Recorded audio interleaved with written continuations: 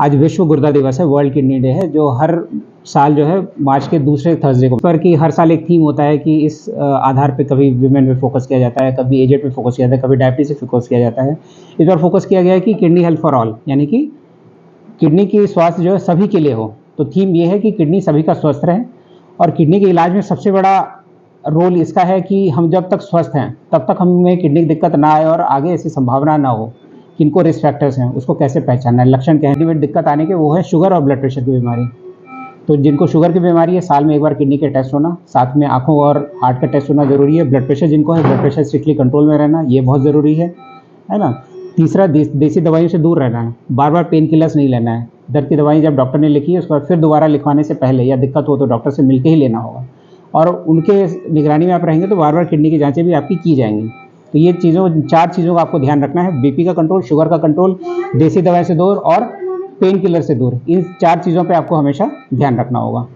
और इस समय जो हमारे पेशेंट आपके जो नियमित डायलिसिस पे आ रहे हैं, शेड्यूल दिया गया हफ्ते में 2 बार या 3 बार, वो आप रेगुलर फॉलो करें।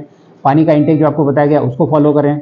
उसके बाद खाने पीने में जैसे आपको बताया गया कि नमक की मात्रा को कम रखना है, तेल घी कम रखना है, और प्रोटीन की चीज़ें आपको थोड़ी ज़्यादा लेनी है, इसका ध्यान रखना होगा। और जब शुरुआत में हम डायलिसिस शुरू करते हैं तो एक रेगुलर डायलिसिस, एक परमानेंट वैस्कुलर एक्सेस का बनना जरूरी है, यानी कि एक वो जरिया जिसके द्वारा कि हम नियमित डायलिसिस पेशेंट के लिए कर सकें। जैसे कि पम्पकैथ पड़ गया, जैसे कि फिस्टुला बन गया। बाकी जो कैथेटर हम शुरुआत में डायलिसिस में डालते हैं वो टेम्परेरी होता है। तो इन चीज़ों का ध्यान है जो शुरुआत में रखना होता है। डायलिसिस शेड्यूल बताया गया, इसको आप ध्यान रखें तो लंबे समय तक आप जो है स्वस्थ रहेंगे, आपका पेशेंट स्वस्थ रहेगा। और एक और लंबी चीज़ जो कि इस समय दिक्कत आती है कि एक्सेसिबिलिटी, यानी कि पैसे खर्च को करने को लेकर कई बार मरीजों को नहीं होता है कि हम कैसे करें खर्च।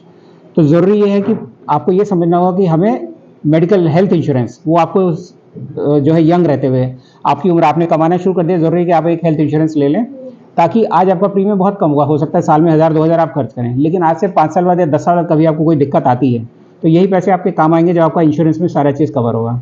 आपका है बहुत ईजिली मिल जाएगा, कम एज के हैं आप लोग और स्वस्थ रहेंगे, कोई बीमारी नहीं, तो आपको बहुत कम प्रीमियम में होगा। और उसको नियमित बनाए रखें बिना एक भी दिन मिस किए हुए उस इंश्योरेंस प्रीमियम को, और पूरे फैमिली को उसमें इंक्लूड कर लें।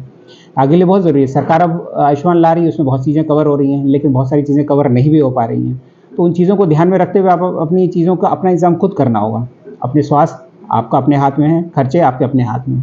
इसको कम उम्र से ही, जैसे आप कमाना शुरू कर रहे हैं, घर में जितने भी यंग लोग हैं उनको बोलिए साल में एक बार ब्लड प्रेशर चेक करें, साल में एक बार शुगर चेक करें, कोई चीज़ अबनॉर्मल हो तो डॉक्टर से मिलें, दवाइयाँ बिना डॉक्टर्स कंसल्टेशन के ले लें, और चौथा अपना हेल्थ इंश्योरेंस ज़रूर करवाएं। तो ये सबका ध्यान रखिए। हम उससे उम्मीद करते हैं कि अगला साल, ये पूरा साल आपके लिए ज़्यादा बेहतर हो, आपके मरीज़ के स्वास्थ्य बेहतर हो और आप लोग खुद किडनी की दिक्कतों से बचे रहें।